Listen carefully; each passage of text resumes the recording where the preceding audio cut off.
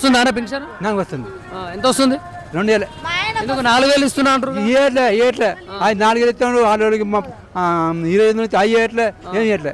ఎండగా కేసీఆర్ పాలన మంచిగా ఉందా? సీఎం రేవంత్ రెడ్డి పాలన? కేసీఆర్ పాలన మంచిగా ఉంది.